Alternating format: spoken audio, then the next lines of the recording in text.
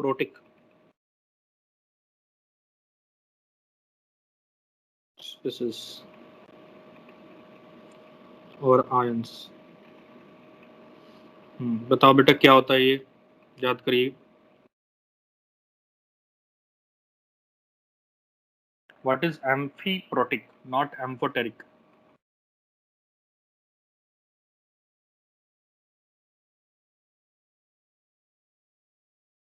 Species which can accept as well as donate H+, बिल्कुल सही बात है। सो देखो बेटा, एम्फोटेरिक और एम्फीप्रोटिक दो अलग अलग चीजें होती हैं। पहले तो मैं आपको ये बता दूं कि अगर कोई एम्फोटेरिक बोलता तो हमें ऑलरेडी पता है कि एम्फोटेरिक मतलब जो एसिड और बेस दोनों तरह से ही एक्ट कर सकता है, which can act as both acid and base. Amphoteric तो वो होता है जो एसिड और बेस दोनों तरह से एक्ट कर सके। ठीक है, अब रही बात व्हाट इज एम्फीप्रोटिक। ध्यान से देखो तो आपको समझ में आएगा कि एम्फीप्रोटिक, यहाँ पे प्रोटिक टर्म है, प्रोटिक इज फॉर H+। ठीक है, जो H+ डोनेट भी कर दे और एक्सेप्ट भी कर दे, इस तरह की टेंडेंसी रखने वाला स्पीसीज को हम एम्फीप्रोटिक कहते हैं। सीधी सी बात, which can accept as well as donate H+। जो H+ एक्सेप्ट भी कर सकता है, H+ दे भी सकता है, उस तरह के स्पीसीज को हम एम्फीप्रोटिक कहते हैं। अब समझना है अपने को कि इस तरह के स्पीसीज को हम यहाँ डिस्कस कर क्यों रहे हैं। अभी मैं कुछ एग्जांपल आपको दिखाता हूँ और वो एग्जांपल के बेसिस पर आपको अपने आप समझ में आ जाएगा कि हम इस तरह के स्पीसीज को यहाँ डिस्कस क्यों कर रहे हैं जस्ट आफ्टर सॉल्ट हाइड्रोलिसिस। क्योंकि सॉल्ट हाइड्रोलिसिस के जैसा यहाँ पर भी एक हाइड्रोलिसिस का केस बन जाता है। सबसे पहले मैं आपको एग्जांपल दिखाऊं। Let's say we have H2PO4 minus, कहाँ से निकल के आया है, NaH2PO4 जो सॉल्ट है उसका एनायन ले लेता हूं मैं, और इसका एनायन है H2PO4 माइनस। अब अगर आप गौर से देखेंगे तो H2PO4 माइनस जो है बेटा, इसके पास H+ एक्सेप्ट करने की भी टेंडेंसी है। अब टेंडेंसी अच्छी है या खराब है मैं उस डिस्कशन पे नहीं जा रहा हूं, मैं बस ये बोल रहा हूँ कि टेंडेंसी है, H+ एक्सेप्ट कर सकता है, तो ये H3PO4 बन के न्यूट्रल एसिड में कन्वर्ट हो सकता है अगर ये H+ एक्सेप्ट कर ले तो। साथ ही साथ आपको ये भी पता है कि ये पॉलीप्रोटिक एसिड है, दैट मीन्स एक H+ निकाल चुका है, फर्दर H+ और निकाल सकता है। सो एक और H+ ये निकालेगा और उस हिसाब से ये फिर HPO4 2 माइनस भी बना सकता है। ठीक है, तो इसी तरह से मैं इसको एक एम्फीप्रोटिक स्पीसीज कह सकता हूँ। और सिर्फ यही नहीं, इस तरह के जो भी सॉल्ट कंपोनेंट हो जिसमें H ऑलरेडी अवेलेबल हो, वैसा एनायन जिसमें H ऑलरेडी अवेलेबल हो, वो एम्फीप्रोटिक की तरह काम कर सकता है। जैसे मान लो बेटा HPO4 2 माइनस की बात करें तो यहाँ पर भी कहानी उसी तरह से हो सकती है, Na2HPO4 से आया है और ये भी H+ एक्सेप्ट और गेन दोनों कर सकता, लॉस दोनों कर सकता है। तो H+ अगर मैं इसको दे दूं तो ये H2PO4 माइनस में कन्वर्ट हो जाएगा, और अगर H+ यहाँ से PO4 3 माइनस में कन्वर्ट हो जाएगा। सो आप देख पा रहे हैं कि एम्फीप्रोटिक के एग्जाम्पल क्या है। यहाँ तक क्लियर है बच्चों, सबको समझ में आ रहा है ना ये एम्फीप्रोटिक कैसे क्लियर हो गया? जल्दी जल्दी बताते चलो। Clear sir. ठीक है, अब देखो बेटा, अब बात ये उठ रही है कि सॉल्ट हाइड्रोलिसिस के साथ में हम इसको कर क्यों रहे हैं। तो आपको अब बात समझ में आएगी कि एम्फीप्रोटिक का अगर कोई एक्वस सोल्यूशन ले लूं मैं, जैसे एक टिपिकल एम्फीप्रोटिक ले लेता हूं बेटा, मान लो मैं, let's take let's take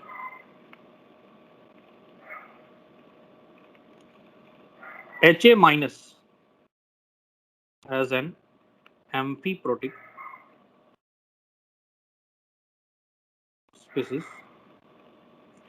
HA minus बेटा मान लो एक टिपिकल सिंपल सा एम्फीप्रोटिक स्पीसीज है।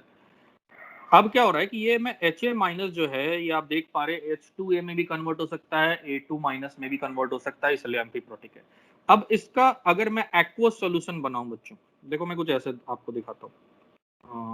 मान लो हम HA माइनस को एक कंटेनर के अंदर पानी के साथ मिक्स कर रहे हैं। मैं इसका एक एक्वस सॉल्यूशन बना रहा हूँ। जब एक्वस सॉल्यूशन बना रहा हूँ तो देखो क्या क्या हो सकता है इसके साथ। एक्वस सॉल्यूशन में Ha- दो काम कर सकता है बेटा, एक तो डिसोसिएट कर जाए, और अगर ये डिसोसिएट कर गया तो ये H प्लस एक्वस और A2 माइनस एक्वस में कन्वर्ट हो जाएगा। ठीक है, दूसरा और क्या पॉसिबिलिटी है कि Ha माइनस जो है बेटा H प्लस पानी से एक्सेप्ट कर ले, मतलब ये अब पानी के साथ हाइड्रोलिसिस दिखा दे। ध्यान रखना, अगर मैं H2O में डाल रहा हूं तो अब ये क्या बना रहा है देखते जाओ, H2A और OH माइनस। ठीक है, समझ पा रहे हो? अब इसी को आप शॉर्ट फॉर्म में सिर्फ उस टर्म में भी लिख सकते हो। इसको ऐसे लिखूं मैं या फिर ऐसे लिखूं, Ha minus actually H plus accept किया है पानी से और H2A कन्वर्ट हो रहा है। टेक्निकली मैं कह सकता हूं ये एक हाइड्रोलिसिस का केस है। बोलो बच्चों, बात समझ में आ रही है? दो रास्ते हैं Ha माइनस के। Ha माइनस डिसोसिएट भी कर रहा होगा और हाइड्रोलिसिस भी कर रहा होगा। Is it clear to everyone? पानी के अंदर बस डाल दिया मैंने, बताइए। ठीक है, क्लियर सर। ठीक है, ठीक है। अब बेटा आपसे क्या सवाल पूछ रहा है, आपसे बोल रहा है कि Ha माइनस का एक्वस सोल्यूशन ले लिया है। अब भाई मेरे को ये बता दो कि Ha माइनस के एक्वस सोल्यूशन का पीएच क्या होगा। अब दोनों रास्ते से ये चल रहा है, जरा इंटरेस्टिंग सा सवाल बन गया, जरा समझो। Ha माइनस को अगर मैं सिर्फ डिसोसिएट करता तो वीक एसिड के हिसाब से करके पीएच निकाल लेता, या Ha माइनस का सिर्फ हाइड्रोलिसिस करता तो मैं उसी हिसाब से हाइड्रोलिसिस के कॉन्सेप्ट से पीएच निकाल लेता। लेकिन यहाँ पे हाइड्रोलिसिस और डिसोसिएशन दोनों ही हो रहा है और आपसे बोला जा रहा है अब पीएच बताओ भाई। तो अब तो मुझे नेट इफेक्ट देखना पड़ेगा सिस्टम में। तो अब कैसे कैलकुलेट करते हैं वो मैं आपको दिखाने की कोशिश कर रहा हूं, देखते रहिए। अगर आप गौर से देखेंगे तो ये जो ऊपर वाला रिएक्शन है जो डिसोसिएशन का है, इसके लिए मैं Ka लिख सकता हूं ना, Ka2 technically, that is H plus A2 minus और Ha माइनस। Ka2 क्यों लिखा है मैंने? क्योंकि H2A का सेकंड डिसोसिएशन का ये रिएक्शन एक तरह से, सो इसको Ka2 लिख सकता हूं बेटा। और यहां पर अगर मैं लेट्स से हाइड्रोलिसिस लिखूं KH, तो मैं यहां पे ऐसे लिखूंगा कि भाई इसमें तो H2A का एक्वस सोल्यूशन है, मैं पानी लिख नहीं रहा हूँ, बस ऐसे ही छोड़ दे रहा हूँ, और उधर H प्लस और यहाँ पे Ha माइनस। ठीक है, आप इसको वाटर इंक्लूड करके भी लिख सकते हो, बट कुछ खास फर्क नहीं पड़ेगा, अल्टीमेटली मैं जैसे दिखा रहा हूँ उसी में कन्वर्ट हो जाएगा। अब जरा अगर आप गौर से इस KH को देखोगे तो बेटा क्या मैं कह सकता हूँ कि ये KH एक्चुअली 1/Ka1 ही है। 1/Ka1 है ये KH। क्यों? क्योंकि Ka1 अगर मैं लिखता तो ऐसे ही लिखता ना, H प्लस Ha माइनस और H2A। ठीक है, वेरी गुड। तो मैंने यहां से दो बातें निकाल दी बेटा। अब मुझे तो क्या चाहिए, मुझे तो H प्लस चाहिए ना। मुझे तो सिस्टम के अंदर जो net common ion woman ion होने के बाद जो फाइनल H प्लस दिखेगा मुझे वो चाहिए, और उसी H प्लस से मैं पीएच निकालूंगा। तो देखते रहना बेटा मैं किस तरह से काम कर रहा हूँ। यहां तक सबको क्लियर है बेटा? बता दो जल्दी से कैसे ये एम्फीप्रोटिक हुआ, दो स्टेप ऑफ रिएक्शन जो दिखा रहा है वो क्लियर है आप सबको? ठीक है बेटा, वेरी गुड। ठीक है, सो टेक्निकली यहां पर कुछ ऐसा हो रहा है बेटा, देखो गौर से देखो। Ha माइनस को आपने पानी में डाला था, Ha माइनस दो रास्ते जा रहा है। Ha माइनस बेटा एक बार तो H2A बना रहा है और एक बार A2 माइनस बना रहा है। ठीक है, कुछ ऐसा हो रहा है यहाँ पे एक्वस सॉल्यूशन में डालने पे। ठीक, अब आगे डिस्कस करने से पहले एक अप्रोक्सीमेशन है जो मैथमेटिकल फॉर्मुलेशन बनाने के लिए लेते हैं, वो मैं आपको यहाँ बता दूं कि इस सिचुएशन में A2 माइनस का कॉन्सेंट्रेशन और H2A का कॉन्सेंट्रेशन बराबर लेते हैं। क्या हुआ इसका मतलब? इसका मतलब ये हुआ कि Ha माइनस जितना A2 माइनस में कन्वर्ट होगा उसकी टेंडेंसी कम ही होगी इसकी, क्योंकि वीक एसिड है, और हाइड्रोलाइज करके जितना H2A बनाएगा उसकी भी टेंडेंसी उतनी अच्छी नहीं होगी। तो अब यहाँ पर एक्चुअली बेटा डिफरेंट भी हो सकता है, बट यहाँ पे मैं एक पॉइंट लिख रहा हूँ, देखते रहना पहले। थोड़ा सारी चीजें पहले सुन लेना, फिर आप अपने जो भी डाउट है उसके बारे में बात करेंगे। Small degree of dissociation and small alpha hydrolysis. ज्यादातर केस में यही देखने को मिला है कि ये जो एम्फीप्रोटिक सिस्टम होता है, तुम खुद ही सोचो बच्चों कि उसके दो रास्ते हैं बेटा, तो अब पूरे बहुत ही स्ट्रॉन्ग एक्सटेंट से किसी एक पर्टिकुलर रास्ते पे तो जा नहीं पाएगा ना, वो दोनों साइड डिस्ट्रीब्यूट हो रहा है, तो उसका डिग्री ऑफ डिसोसिएशन और डिग्री ऑफ हाइड्रोलिसिस दोनों की वैल्यू छोटी ही होगी। अच्छी डिग्री ऑफ डिसोसिएशन और अच्छी डिग्री ऑफ हाइड्रोलिसिस नहीं हो सकती है, काफी छोटी वैल्यू रही होगी। क्या ये बात कह सकते हैं बच्चों? बताइए। तो ये जो दो चीजें मैंने लिखी, उसके बाद देखिए अब मैं क्या कर रहा हूँ। मैंने जो ऊपर लिखा था उसको मैं लिख देता हूँ के के टर्म में, K1 और K2। पहले तो K2 लिखा था मैंने फर्स्ट रिएक्शन के लिए, और वो लिखा था मैंने H+ और A2- और Ha-, ऐसे करके मैंने K2 लिखा था। और बेटा मैंने लिखा था KH, जो एक्चुअली निकल के आ रहा था 1/Ka1, और वो था H+, not H+, H2A, H+ और Ha-। इसको नंबर 1 नाम देता हूँ बच्चों, और इसको नंबर 2 नाम देता हूँ मैं, ठीक है। और अगर आप गौर से देखें तो अब मैं कर रहा हूं यहां से 1/2, 1/2 करूंगा मैं, तो या फिर 1/2 नहीं करते, 2/1 कर लेते हैं। यहां से ही इसको एक चेंज करके पहले मैं Ka1 की वैल्यू निकाल लेता हूँ। Ka1 की वैल्यू निकालूंगा तो H+, Ha- और H2A आएगा। और यहां से अब क्या करते हैं, Ka1 इंटू Ka2 की वैल्यू निकाल दूं अगर मैं, तो क्या आ रहा है वो देखते रहो। K1 इंटू K2 निकालूंगा मैं तो H+ मल्टीप्लाई होकर स्क्वायर हो गया, ऊपर A2- दिख रहा है, Ha- आप सिस्टम के अंदर देख पा रहे हैं कि वो कट गया होगा, और नीचे H2A।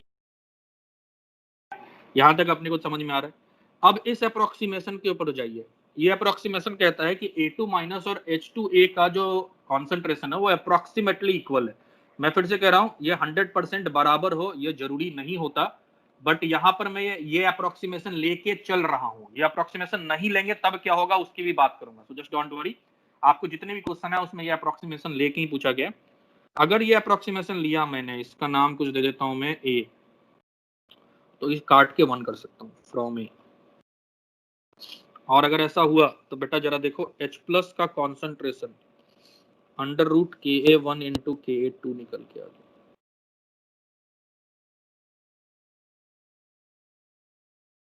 बताइए, यहां तक कोई तकलीफ?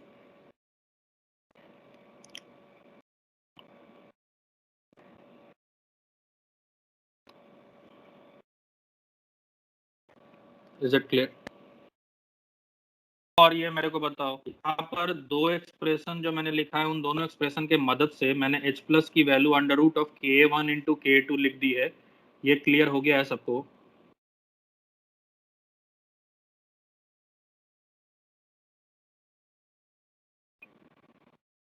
ठीक है। सो बच्चों अब मेरे को ये बता दो कि इसके बेसिस पे अगर मैं taking -log⁻10 on both side अगर करूं, तो बेटा पीएच की वैल्यू क्या आ जाएगी बता दो जल्दी से। फॉर्मूले के हिसाब से पीएच की वैल्यू क्या आ जाएगी? Half half. Pk1 plus Pk2।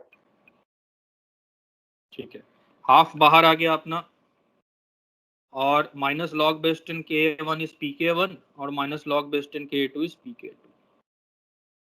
Half Pk1 into plus Pk2, this is your pH of amphiprotic. तो अगर आपसे कोई पूछे कि भाई पीएच ऑफ कोई एम्फीप्रोटिक जैसे Ha- आयन एक्वस का क्या होगा, तो ये आपको पहले तो आइडेंटिफाई कर लेना है कि एम्फीप्रोटिक है।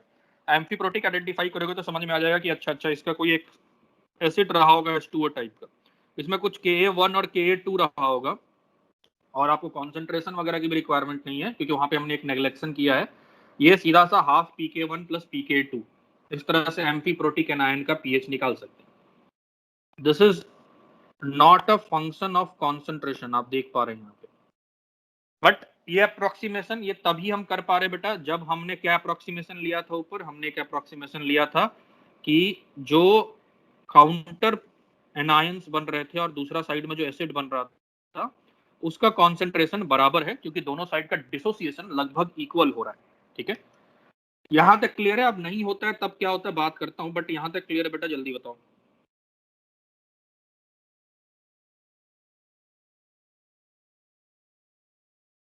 क्लियर हो गया? ठीक है, ठीक है बच्चों। क्लियर। अब देखो बेटा, अगर मान लो ये अप्रोक्सीमेशन नहीं ले, वैसे अभी तक आज तक ऐसा क्वेश्चन नहीं पूछा जिसमें ये बिना इसके अप्रोक्सीमेशन की जरूरत पड़ी है, क्योंकि ये वाला एमपी प्रोटिक का केस ही बहुत रेयरली पूछता है। इफ अगर कॉन्सेंट्रेशन ऑफ A2 माइनस और H2A ये बराबर नहीं हुए तो बेटा जो ऊपर देखो, ऊपर यहाँ जो मैंने K1 इंटू K2 लिखा है उसकी बात कर रहा हूँ। K1 इंटू K2 की वैल्यू जो होगी उसमें कुछ कटेगा नहीं, H2A कुछ ऐसा बन जाएगा। और अब इसको कैसे सॉल्व कर रहा हूं जरा देखो। अब यहां से अगर मैं H प्लस का स्क्वायर का कॉन्सेंट्रेशन निकालूं तो ये हो जाएगा K1 into K2 into H2A upon A2 minus. ठीक है, और यहीं से अब मैं कर सकता हूं taking minus log base 10 on, दोनों साइड ले लेते हैं। तो अब जो pH का आएगा वो देखो, pH is equal to 1/2 pKa1 plus pKa2 plus log base 10, minus था तो ये रिवर्स हो गया, A2 माइनस ऊपर और H2। यहाँ पे कॉन्सेंट्रेशन का टर्म आ जा रहा है बेटा, बात आ रही है समझ में? अगर अप्रोक्सीमेशन नहीं लेंगे तब एक कॉन्सेंट्रेशन का टर्म भी आएगा और वो कुछ ऐसा दिखेगा। लेकिन अगर अप्रोक्सीमेशन ले लेंगे, जो ज्यादातर केस में लेना ही होता है, आपको जितने भी केस मिलेंगे उसमें ले लेना, अनटिल अनलेस क्वेश्चन में क्लियरली ना लिखा हो कि भाई दोनों साइड का डिग्री ऑफ डिसोसिएशन अलग अलग लो, तब तक इस जो फाइनल फॉर्मूला है उसकी रिक्वायरमेंट नहीं पड़ेगी। क्लियर हो गया सब कुछ? तनिषा देखो बेटा, मैं फिर से रिपीट कर रहा हूँ, ऊपर मैंने आपको पहले तो ये फॉर्मूला दिखाया कि पीएच pK1 प्लस pK2/2 आता है अगर ये अप्रोक्सीमेशन लेते हैं कि दोनों साइड HA माइनस जो दोनों साइड गया है वो दोनों साइड में जाने का उसका डिसोसिएशन लगभग बराबर है, तो इनका कॉन्सेंट्रेशन बराबर के आसपास बनेगा।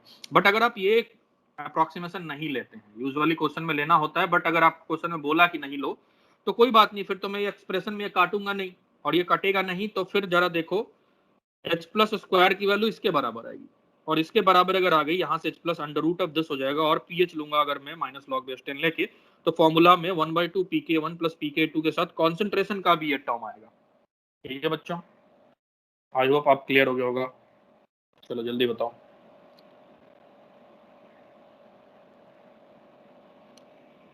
ठीक है, चलो तो ये क्वेश्चंस बेटा वैसे इतने अप्रोक्सीमेशन के बाद ही पूछे जाते हैं, और जैसे एक क्वेश्चन मैं आपको दे रहा हूँ, सिंपल सा क्वेश्चन होता है, क्योंकि बहुत सारे बच्चे एमपी प्रोटिक के बारे में सोचते ही नहीं, इसलिए एमपी प्रोटिक के बारे में पता होना ही ये काफी बड़ी बात हो जाती है। और आप इसको एक देखेंगे कि बहुत सारे अच्छे बुक्स में टफर रेंज ऑफ क्वेश्चन में डाला हुआ रहता है, बट क्योंकि क्लास में पढ़ लिया तो आपके लिए तो कहानी आसानी है। क्वेश्चन ऐसा आया है, मान लो find pH of 0.1 molar Na2HPO4 if, अब जरा देखो क्या क्या गिवन है, pKa1 की वैल्यू x, pKa2 की वैल्यू y, pKa3 की वैल्यू z। बताना बेटा आंसर क्या होगा। क्वेश्चन है 0.1 मोलर Na2HPO4, अब कॉन्सेंट्रेशन की जरूरत नहीं है, वो तो आपको सोचना है, और साथ ही में pK1 pK2 pK3 की वैल्यू दी हुई है। यहाँ पर कुछ नहीं बोला है कि डिग्री ऑफ डिसोसिएशन दोनों साइड का अलग लेना है या कुछ लेना है, तो आप अप्रोक्सीमेशन बिल्कुल ले सकते हैं। बताइए।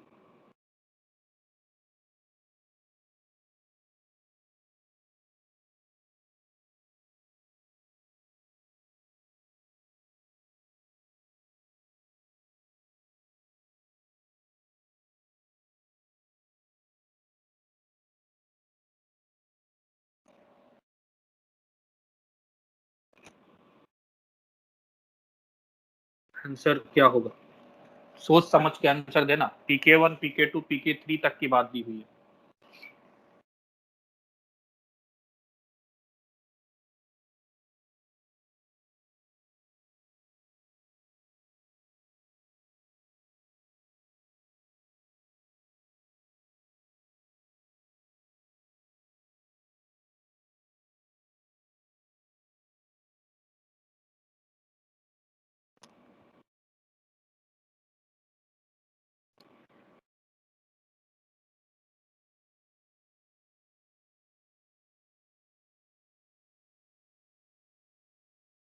ट्राई करो।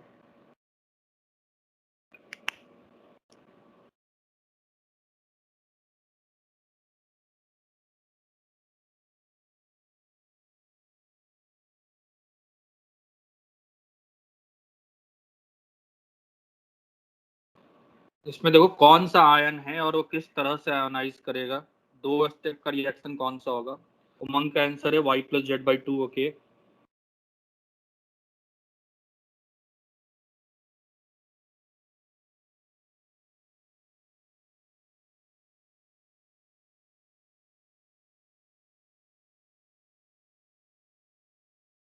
बाकी बच्चे बताइए।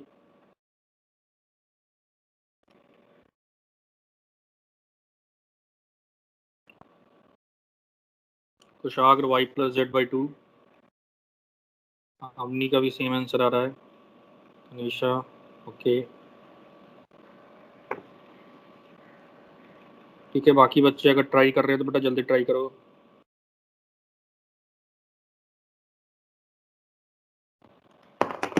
ठीक है, चलो अब देखते हैं।